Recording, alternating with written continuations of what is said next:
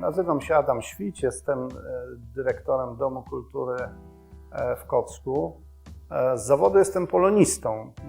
Zacząłem pracę w szkole, ale życie tak się ułożyło, że już od ponad 20 lat pracuję w ośrodkach kultury, najpierw w Radzyniu Podlaskim, a od 12 lat w Kocku.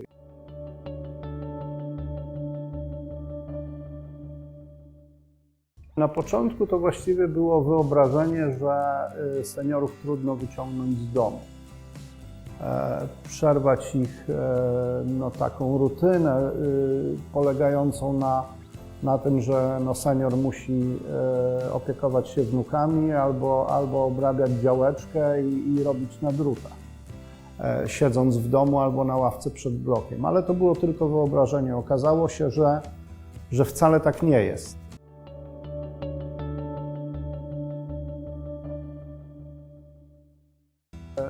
Lubię to, że oni się coraz bardziej angażują, że coraz bardziej naciskają na dyrektora, mają coraz więcej swoich pomysłów i wymagań. Ja muszę się do tego dostosowywać, stawać czasami na palcach, żeby to się udało, ale to jest radość, bo widzę, jak bardzo zależy im na funkcjonowaniu tej właśnie formy, jaką jest Uniwersytet Trzeciego Wieku w małym miasteczku. A co lubię najmniej?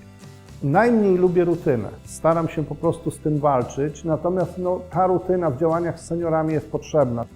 Od czasu do czasu chciałoby się takiego powiewu świeżego wiatru, ale do tego trzeba czasami Państwa seniorów przekonywać.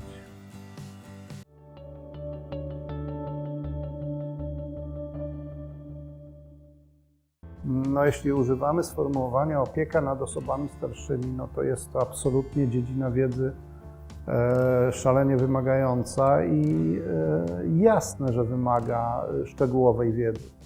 Natomiast w takim zakresie, jak robią to domy kultury, to trudno o tę szczegółową wiedzę, bo raczej i ja, i moi instruktorzy zajmujemy się czym innym. Natomiast zauważyłem, że coraz więcej czasu, coraz więcej energii, i myślę, że dotyczy to nie tylko mojej instytucji, ale innych domów kultury, przeznaczamy właśnie na pracę z seniorami. Sami jej się uczymy, ale tej wiedzy troszeczkę mamy, mówiąc szczerze, za mało.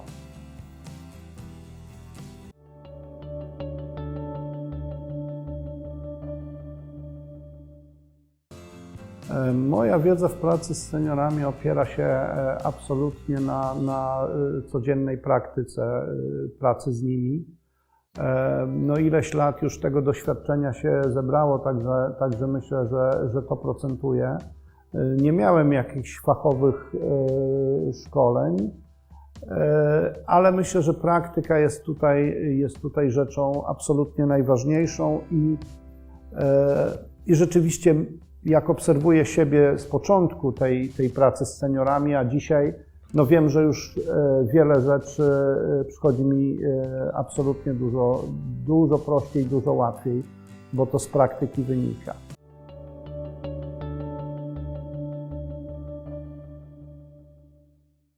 Przede wszystkim trzeba posiadać podstawową umiejętność, czyli umiejętność rozmowy.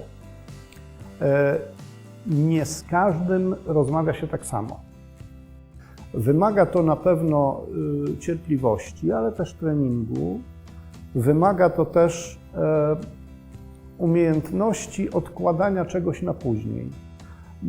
Tego się trzeba uczyć. To jest też umiejętność motywowania do przełamywania stereotypów.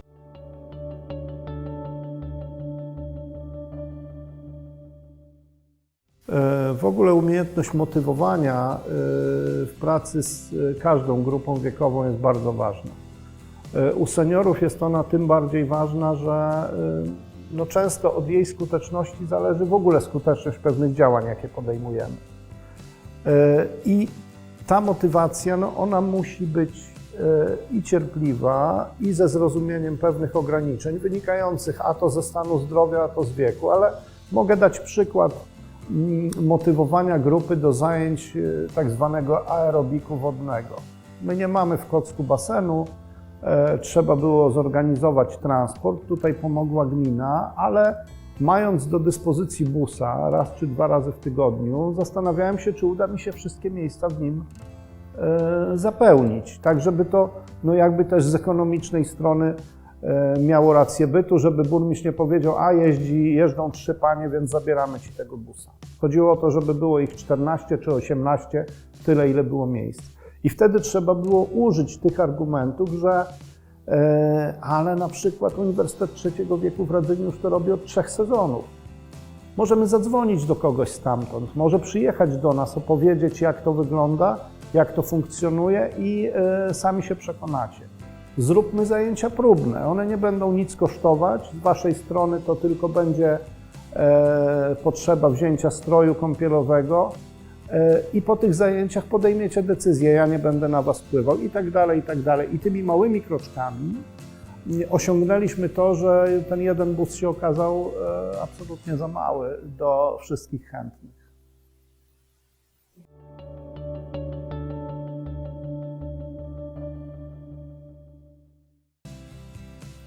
Jeśli chodzi o pracę z seniorami, to przede wszystkim radzę spróbować, bo wiem, że istnieje wiele domów kultury, gdzie ta forma pracy jest, ale jest też sporo takich, nie tylko domów kultury, ale innych instytucji, gdzie właściwie koncentrujemy się tylko na dzieciach, młodzieży, zapominając o tym tak zwanym trzecim, albo ładniej mówiąc złotym wieku. Spróbujmy zorganizować spotkanie, zaprosić, zacząć z nimi rozmawiać i ręczę za to, że bardzo szybko okaże się, że jest to grupa bardzo ciekawa, dysponująca czasem, to jest bardzo istotne w pracy kulturalnej i otwarta na przeróżne pomysły. Jasne, że wymagająca cierpliwości, jakby troszkę innego języka i pracy. Tego bez pracy nie da się zrobić. Natomiast bardzo szybko, no nie w znaczeniu 2-3 dni, ale 2-3 lat, plony takiej pracy już się zbiera.